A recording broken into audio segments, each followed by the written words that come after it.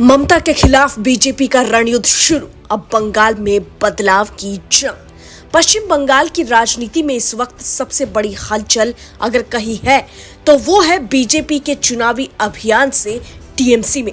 आने वाले विधानसभा चुनाव से पहले बीजेपी पूरी तरह एक्टिव मोड में आ चुकी है।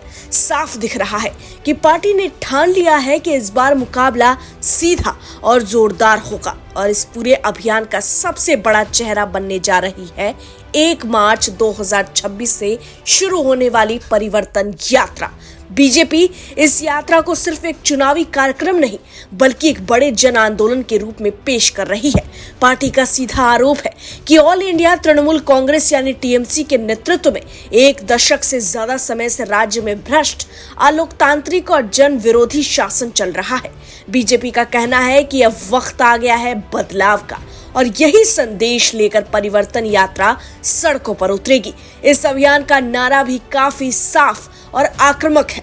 पालो तानो डोरकर चाहे बीजेपी सोरकर, यानी बदलाव जरूरी है, बीजेपी की सरकार चाहिए। इस नारे के साथ पार्टी राज्य के संगठनात्मक नेटवर्क में पूर्ण भौतिक वर्चस्व स्थापित करने की कोशिश में है। मतलब साफ है कि बीजेपी जमीनी स्तर पर अपनी पकड़ को और मजबूत करना चाहती है और हर बूथ, हर इलाके में अपनी मौजूदगी दर्ज कराना चाहती है।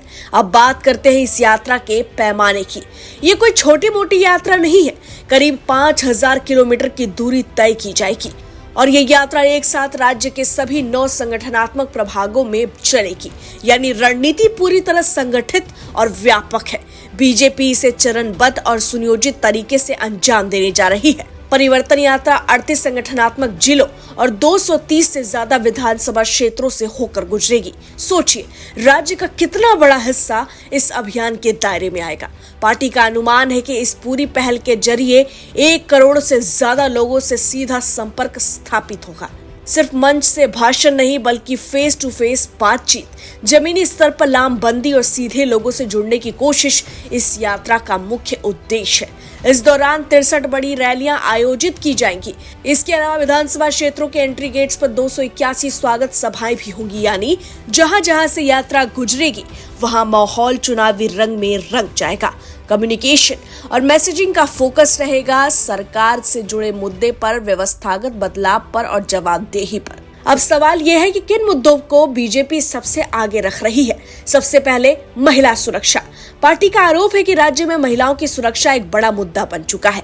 दूसरा बड़ा मुद्दा है शिक्षा क्षेत्र में भ्रष्टाचार, खासकर शिक्षक भर्ती घोटाले जैसे मामले। बीजेपी इन मामलों को जनता के बीच जोरदार तरीके से उठाने की तैयारी में है।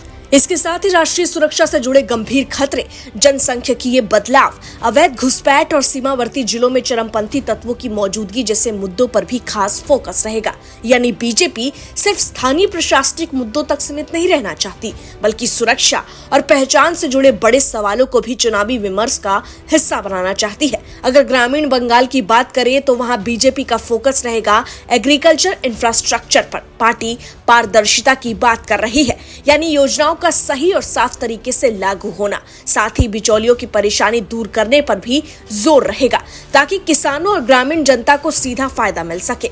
वहीं शहरी क्षेत्रों में औद्योगिक विकास, युवाओं के लिए रोजगार और बेहतर अर्बन मोबिलिटी जैसे मुद्दे चर्चा में रहेंगे। साफ है कि बीजेपी गांव और शहर दोनों के लिए अलग अलग लेकिन स्पष्ट एजेंडा लेकर चल रही है। अब बात करते हैं बीजेपी की ताकत की।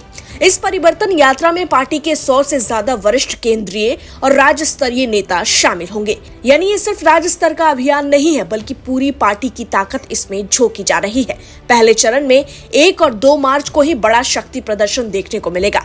पहले दिन 5 और दूसरे दिन 4 जनसभाएं होंगी। इस दौरान देश की राजनीति के कई बड़े चेहरे शामिल होने की उम्मीद है। इनमें अमित शाह, जेपी नड्डा, राजनाथ सिंह, धर्मेंद्र प्रधान और शिवराज सिंह चौहान जैसे दिग्गज नेताओं के शामिल होने की संभावना है। इसके अलावा नितिन नवीन भी इस अभियान का हिस्सा होंगे। इतने बड़े नेताओं की मौजूदगी अपने आप में बीजेपी की संगठनात्मक ताकत और गंभीरता को दिखाती है।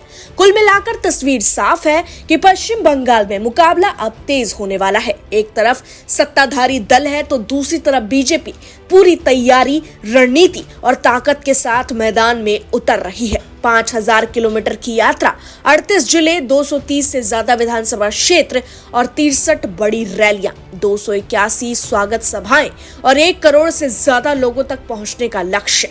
बहरहाल इस पूरी खबर में इतना ही, लेकिन इस पर आपकी क्या प्रतिक्रिया है कमेंट में जरूर लिखें। Bureau report, HCN news, Delhi.